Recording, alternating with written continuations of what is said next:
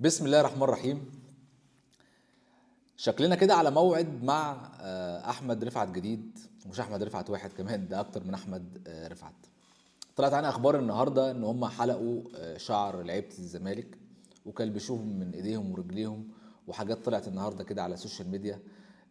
كانت يعني بالنسبه لي كان خبر كالصاعقه نزل عليا.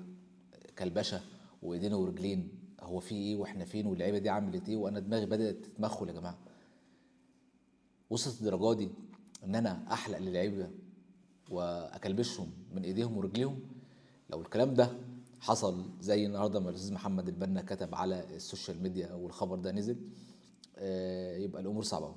عملت اتصالاتي بحد، قلت له طيب احنا دلوقتي يا جماعه في النادي، احنا هل الخبر ده صحيح؟ قال لي اللي اهم من صحيح او غير صحيح ان احنا لازم كلنا نبعت مناشدات لاخواتنا في الامارات، ونبعت مناشدات للناس في الامارات بالعفو عن 3 لعيبه الكوره، لان الوضع صعب جدا. فمن خلال حضراتكم ومن خلال الناس، لو سمحتوا اي حد عنده اكونت كبير واي حد عنده القدره ان هو صوته يكون مسموع شويه، لو سمحتوا نشدوا اخواتنا في الامارات وحبايبنا في الامارات ان هم يعني يعفوا عن 3 لعيبه كوره لم يجرموا ولم يفعلوا اي شيء.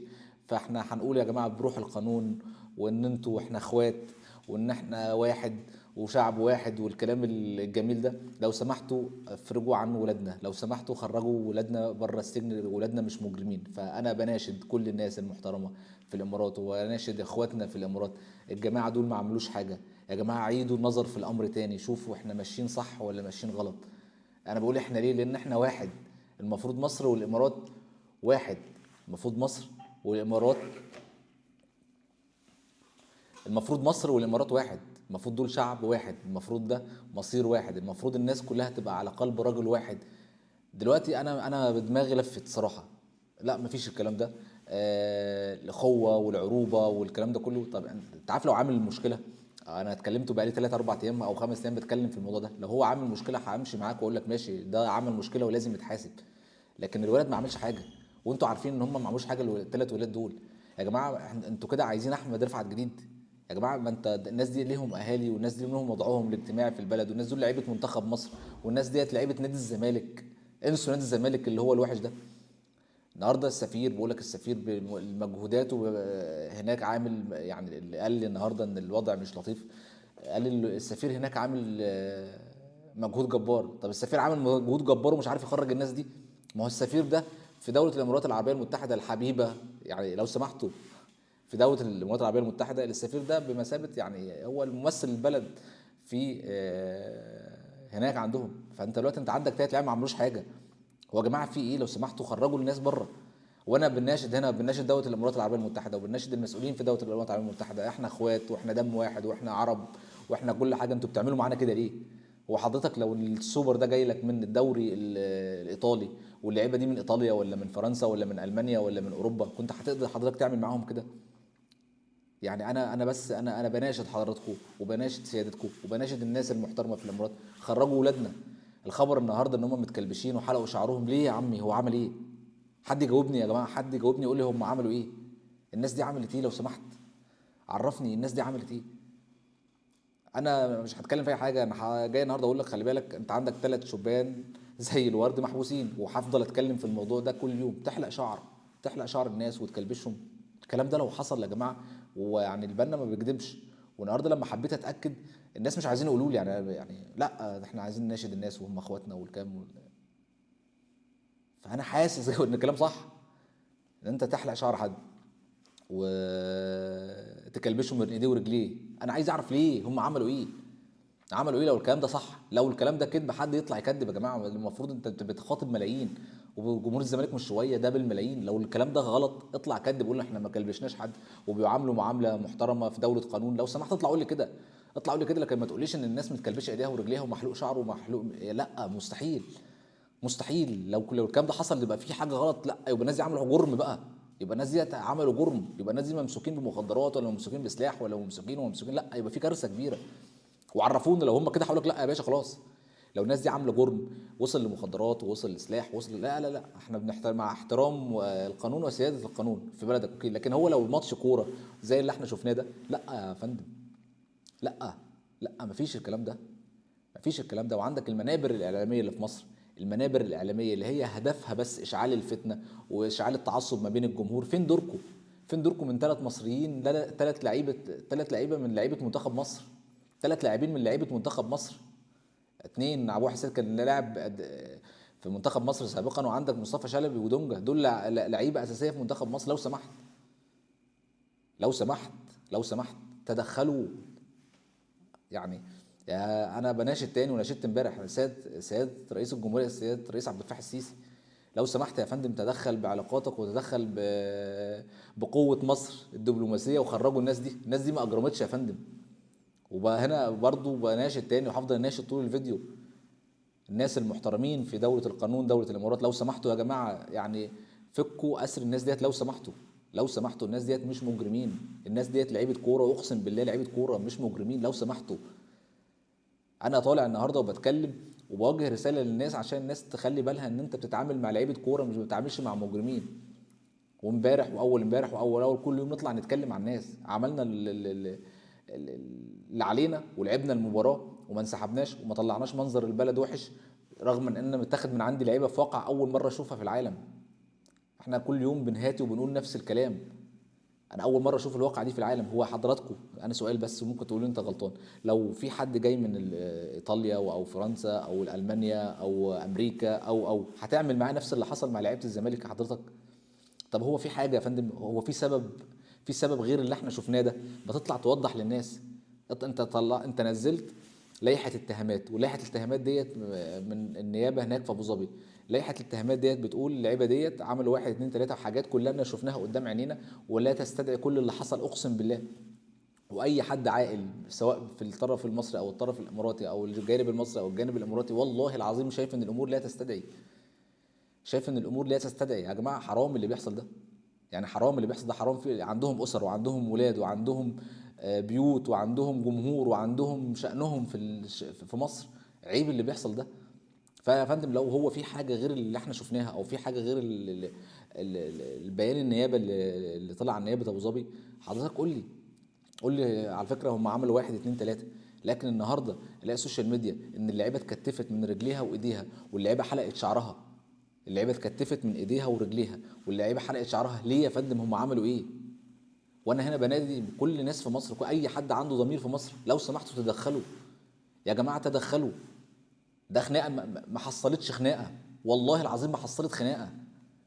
فانا دلوقتي بنادي بقول لك يا فندم خلي بالك، انت عندك يا سياده الرئيس، سياده الرئيس عبد الفتاح السيسي ربنا يكرمك يا رب، عندك ثلاثه من ولادك محبوسين في الامارات، لو سمحت دخل. والموضوع مشاجره ملعب، الموضوع مشاجره ملعب اللي احنا شفناه واللي حصل قدامنا، واللي حصل قدامنا على شاشات التلفزيون.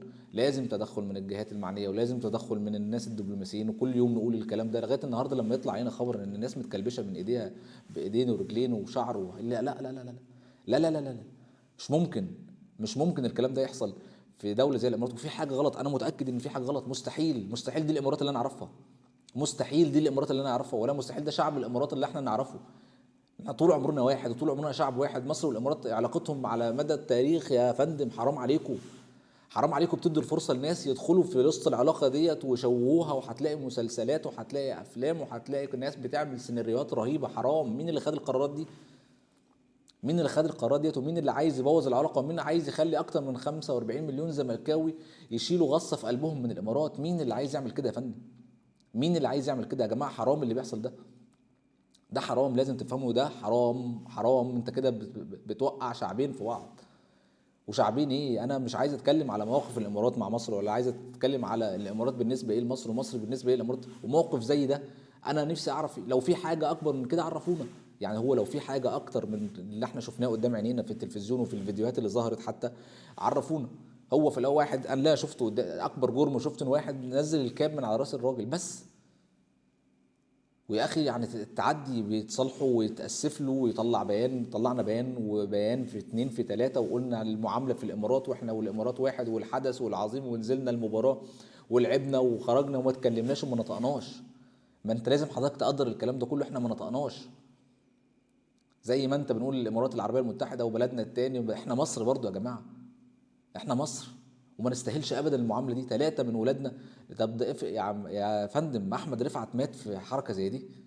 يا فندم احمد رفعت توفى في حركه زي ديت. كتر الضغط النفسي، انت بتتكلم مع لعيب كوره مش مجرم. يعني لو لعيب من دول مات عندك بسبب ضغط نفسي، او مات عندك بسبب ازمه، او مات، طب الدنيا هتبقى ماشيه ازاي؟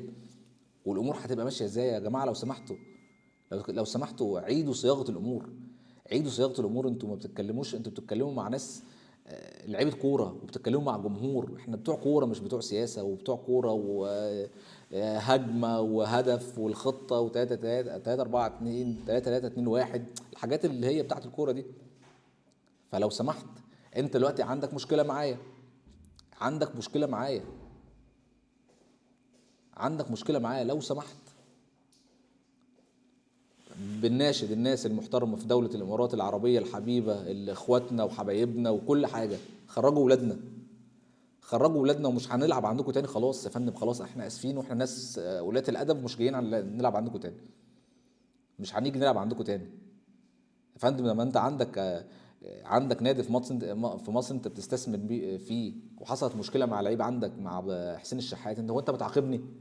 هو انتوا يا جماعه بتعاقبونا على حسين الشحات، ولا انا مش فاهم؟ انا برضو مش قادر افهم من فين بتعاقبونا، وانتوا علاقتكم بالاهلي ممتازه. برضو انا عقلي اتمخول خلاص. انا عايز افهم يا جماعه، هو ان هم عملوا ايه؟ عملوا جرم ايه؟ انا بناشد رئيس عبد الفتاح السيسي، وبناشد سمو الشيخ محمد بن زايد، لو سمحتوا يا جماعه، الناس ديت عندها اسر، ودول لعيبه كوره، والموضوع مش اقسم بالله ما مستدعي ده كله. لو في حاجه عرفونا بقى. لو اللعيبه ديت مثلا كان معاهم ممنوعات في الملعب، لو اللعيبه دي ممسوكين بسلاح في الملعب، عرفونا عشان احنا ابقى عارف ان هو اخطا واجرم، ولازم ياخد عقابه، ولازم ياخد عقابه. لكن هل بالله عليكم، بالله عليكم، اي حد بيسمعني دلوقتي، هل يستدعي كل اللي حصل ده ان الناس دي يحصل فيها كده؟ واسمع النهارده تاني كلبشه ودين ورجلين وحلق شعر. ليه يا عم؟ ليه هم عملوا ايه ده كله؟ عملوا ايه ده كله؟ لو سمحتوا، لو سمحتوا. عندي مشكله كبيره جدا في نادي الزمالك، اسمها رئيس النادي الكابتن حسين لبيب. يوم المباراه الصبح، عشان بس حابب برضو اطمن الناس على الكابتن حسين. الكابتن حسين لبيب يوم مباراه الاهلي الصبح ضغطه عالي، فخدوه راحوا بيه المستشفى، وكان تعبان جدا بسبب الضغط النفسي والضغوطات اللي بتحصل في الامورات من حبس الولاد ديت. وكان بيطلع من الصبح بالليل في النيابه، واتصالات وتدخلات، ومفيش اي حاجه. الراجل يوم ماتش الاهلي والزمالك الصبح جاله ارتفاع في الضغط، وراح المستشفى. عشان بس الناس اللي بتقول لك هو بعد الماتش تعب، ولا لا، هو كان تعبان من يوم المباراه الصبح، بسبب الضغوط اللي بتحصل ديت، وبسبب الحاجات اللي بتحصل ديت، وبسبب يعني مش عايز اتكلم. انا مش عايز اتكلم. الراجل تعب، الراجل تعب. عيب. الكابتن حسين لبيب مش راجل صغير يا جماعه. هو الزمالك بقى للدرجه دي؟ الزمالك بقى للدرجه دي؟ والنهارده حد من مصر راح، على فكره، بس عشان بس اقول لك الامور ماشيه ازاي. حد من مصر راح، حد في وفد المفروض راح النهارده للزمالك عشان، واجتمعوا مع الكابتن حسين، وفي حصل السفير، وفي حصل اتصالات، وفي ناس واجتماعات مع الزمالك. بس ليه ده كله؟ الناس معاندة. طب هو في ايه؟ انتوا معاندين ليه؟ انتوا، انا في حاجات انا مش عايز اتكلم فيها، ولا في حاجات انا عايز اقول تفاصيل فيها. بس انا كل الناس بتناشدوا لحضراتكم يا ايها الناس على السوشيال ميديا، الناس المؤثره والناس اللي اكونتاتها متشافه، اعملوا مناشده لكل الناس في الامارات. لو سمحتوا يا جماعه، خرجوا الولاد، واحنا بلد واحد، واحنا اهل. اعملوا مناشدات، اعملوا ترند. انا بقول للناس تعمل هاشتاج، والهاشتاج ده يتصدر تويتر، وعشان الناس تتشاف انك عايز تخدم لعيبتك. انا بتمنى من الصفحات الكبيره المختلط بقى، والناس اللي انا مختلف معاهم، كل الناس يا جماعه لازم نعمل هاشتاج عشان يوصل للامارات ويعفو عن الناس دي. هتقول لا، انا مش هنعفو عن حد، احنا ما عملناش حاجه، احنا لعيبتنا مظلومه. انا عارف ان لعيبتك مظلومه، خلي بالك، وخلي بالك من الكلام اللي بين السطور. انا عارف ان لعيبتك مظلومه، وانا عارف ان لعيبتك يعني بيتعرضوا لظلم. بس المطلوب دلوقتي مننا ان احنا نعمل هاشتاج، والهاشتاج ده يتصدر، ويتصدر باعداد كبيره، ان احنا نعمل مناشده للناس اخواتنا في الامارات العفو عن الولاد. ده المطلوب من الناس في السوشيال ميديا دلوقتي. ده المطلوب من الناس في السوشيال ميديا دلوقتي. لو سمحتوا، ولو خايفين على الولاد، ولو حد عايز يخدم الناس ديت، يشترك في هاشتاج. انا مش عارف مين اللي يعمله الصراحه، ويبتدي من عندي مين. اعملوا هاشتاج، وخلوا الهاشتاج ده يتصدر عشان يتشاف للناس هناك اخواتنا في الامارات، والعند يهدى شويه ويخرجوا اولادنا. العند يهدى شويه ويخرجوا اولادنا. انا يعني بتكلم عن بلد. انا بس لو عايز مثلا اجيب لك السكرينات اللي انا منزلها عن الامارات وكلامي على الامارات، والله لا منزلها على تويتر. حاضر، تمام. وانا بتكلم على الامارات وحكام الامارات ومواقف الامارات وكل ده. ليه يا جماعه؟ ليه يا جماعه بتخسرونا بالشكل ده؟ ليه يا جماعه بتخسرونا بالشكل ده؟ واحنا عارفين يعني معظم الاماراتيين على فكره امهاتهم مصريين. يعني معظم الشعب الاماراتي تساله تلاقي امه مصريه. ليه يا جماعه؟ إيه اللي وصلنا للمرحله دي؟ مستحيل يكون الجرم اللي حصل يستدعي ده كله. مستحيل الجرم اللي حصل يستدعي ده كله. وهتيجي تتكلم مع الامارات، اكتر شعب بيحترم المصريين واكتر شعب بيعامل المصريين معامله كويسه، وهتسال اي حد في الامارات هيقول لك احنا بنتعامل هنا معامله كويسه. عاوز افهم فيه ايه؟ عايز اعرف فيه ايه؟ احنا ليه وصلنا للدرجه ديت من ال- ال- العند؟ وصلنا للدرجه ديت من العند ان احنا نعمل كده مع لعيبه كوره لا حول لهم ولا قوه. بنعمل كده مع لعيبه كوره لا حول لهم ولا قوه. ارجوكم ارجوكم ارجوكم، اخواتي في الامارات وحبايبنا في الامارات، ارجوكم ارجوكم لو سمحتوا، لو سمحتوا لازم بسرعه بسرعه نتدخل افراج عن الناس ديت بعفو بقى من هناك من عند سمو الشيخ محمد بن زايد، بعفو من دوله الامارات. لو سمحتوا اعملوا حاجه، خرجوا الولاد دي. انا يا سيدي لا هقول لك هم عملوا ايه ولا هدخل ولا هعاند معاك، لا يا سيدي دي بلدك ودي قوانينك وانت تعمل اللي انت عاوزه، بس لو سمحت خرج لنا من كرمك ومن كرم ضيافتك لو سمحت خرج الناس دي. من كرمك ومن كرم ضيافتك لو سمحت خرج الناس دي. لكن بالشكل ده مش ممكن. مش ممكن بالله عليكم انتوا لو هنا احنا هنعمل معاكم كده؟ يعني انا طالع النهارده بستعطف الناس، شفت وصلت لدرجه ايه؟ طب ليه بتعمل كده يا حسن؟ عشان ولادنا يخرجوا وعشان اللعيبه تخرج. لا عمرها لا دي شخصيتي ماشي ولا بعمل كده. وانا انا شايف ان الناس دي دول اخواتي ويعني حته مني. اقسم بالله العلي العظيم انا شايل هم الناس ديت اكتر من زي عائلاتهم بالظبط. فلو سمحتوا يا جماعه، لو سمحتوا بكل الحب والود خرجوا الناس دي. بكل الحب والود والعلاقه اللي بيننا والحب والمحبه اللي بين الشعبين اللي اعتقد لازم تستمر. ما عندناش اي خيار تاني غير ان هي تستمر، لان احنا مواقفكم مش هتتنسي. من عند الشيخ زايد الله يرحمه لغايه دلوقتي ما نقدرش ننكر الكلام ده. بس انا مش عارف في ايه. انا مش عارف في ايه. واللي خد القرار ده ما حسبش حسابات كتيره جدا. لانك انت بتتكلم في الكوره، والكوره بالنسبه للمصريين ديت ميه وهوا. ميه وهوا. انت بتعمل ده ليه؟ انا يعني انا التفكير هيجنني. هو في ايه؟ هو في ايه؟ حد النهارده كلمني وحد يعني ثقه قال لك اصل الناس وهي شتمت اللي هم لعيبه الزمالك. انا بقول لك اللي حصل والكلام اللي خارج منها، خلي بالك. الناس شتمت وقلت ادبها وفي تسجيلات والكلام ده كله جايب التسجيلات بالصوت كمان. فقالوا كلام صعب قوي، والكلام ده خلى الناس هنا تعند وخلى الناس تقول، وقالوا كلام ما يتقالش والكلام ده كله. ده برضو وجهه نظر على فكره من هناك. انا بكلمك بقى كوجهه نظر من الامارات نفسها. طيب يا سيدي احنا غلطانين ليكوا وولادكوا ولعيبه كوره مش مجرمين. لعيبه كوره مش مجرمين. فانت النهارده انا مصر كلها تصحى على بوست حد منزله بيقول لك قلعوهم حلقوا لهم شعرهم وكلبشوهم بايدين ورجلين. طب هو يا جماعه ده يرضي مين؟ طب في الاول وفي الاخر ده لعيب كوره مش مجرم. طب انت يعني انا مش عايز حد يلعب في العلاقه اللي ما بين مصر والامارات يا جماعه. لو سمحتوا، لو سمحتوا الكلام ده ما يخدمش اي حد. ما يخدمش اي حد. وبعدين انت على فكره هتقول لي اهلي وزمالك، على فكره انا متاكد ان جمهور الاهلي نفسه مش راضي على الكلام ده. سيبك بقى من التحفيل وسيبك من الكلام ده كله. سيبك بقى من التحفيل وسيبك من الكلام ده كله. انا متاكد ان هم مش راضيين على الكلام ده. في الاول والاخر ده مصري. وحضرتك انت يعني انت بتحطني في الحته دي ليه؟ بتحطني في منطقه مجرمين ليه؟ تاني بنناشد الناس في الامارات وبنناشد شعب الامارات المحترم وبنناشد المسؤولين في دوله الامارات وفي اماره ابو ظبي وكل الناس المحترمه، لو النائب العام الاماراتي يعني روح القانون يا جماعه لو سمحتوا. لو هم غلطانين الناس ديت كانت في ملعب كوره ما ينفعش تتاخد من ملعب كوره بالشكل ده. والواقعه ديت اول واقعه في العالم تحصل. فلو سمحتوا انا يهمني شكل الامارات ويهمني الناس ما تتكلمش في مصر، والناس اللي هتعمل وقيعه ما بين الشعبين تدخل في من خلال كره القدم وتعمل الكلام ده. انا ما يهمنيش. انا راجل زملكاوي وما احبش ابدا ابدا ان العلاقه بين الشعبين تتاثر بالكلام ده. لو سمحتوا تحلق شعر انا مش مصدق والله. والله العظيم ما مصدق. تاني وتالت ورابع انا اللايف ده النهارده ولا الفيديو ده النهارده عامله لمناشده اخواننا في الامارات العربيه المتحده الحبيبه. العفو عن مصطفى شلبي، كابتن عبد الواحد السيد، دونجا. الناس ديت لازم تطلع يا جماعه. الناس ديت لو في لعيبه اماراتيين اخواتنا وحبايبنا جم مصر وحصل مشكله كده والله مش هيروحوا الاسم اصلا. مش هيروحوا الاسم اصلا. بقى سيبك من كلام الناس اللي تقول لك لا اصل لما مصر تخاف تعمل كده. لا، مصر عندها اصول وعندها ضيافه زي ما انتوا عندكم اصول وعندكم ضيافه برضو. بس انا مش عارف ليه الموقف ده اتاخد وليه التعنت ده وليه اللي بيحصل ده. المهم انا بعمل المناشده ديت وبعمل الكلام ده ان انت تخرج اولادنا، وبعمل الكلام ده. انا مش يعني مش عندي اي حرج ان انا اعمل كده، ولا عندي اي خجل ان انا اطلع اتحايل عليك واناشدك، لان دول اخواتي لو سمحتوا. وانا بقول لكل الناس المؤثرين اللي هم على السوشيال ميديا اللي هم متشافين، تمام، لو سمحتوا اطلعوا ناشدوا الناس في الامارات والسمو الشيخ محمد بن زايد رئيس الدوله هناك ان هو يعفو عن ثلاثي الزمالك. دول لعيبه كوره مش مجرمين. دول لعيبه كوره مش مجرمين. ولو حد على السوشيال ميديا يا سيدي قال كلمه كده ولا كده، خلاص حضرتك احنا متاسفين لحضرتك. احنا متاسفين لحضرتك، بس خرج ولادنا. احنا متاسفين لسيادتك ومتاسفين لاي كلام اتقال واي كلام اتقال في لحظه غضب يا سيدي، لو سمحت احنا غلطانين.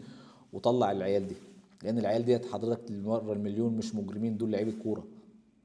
فاتمنى خلال الفتره اللي جايه يا فندم حد يعني يكون عنده من روح القانون ما يكفي ان هو يعني يتعامل مع الملف ده. يا جماعه مستحيل، انا لغايه دلوقتي والله العظيم اقسم بالله انا مش عارف اصلا اقول ايه.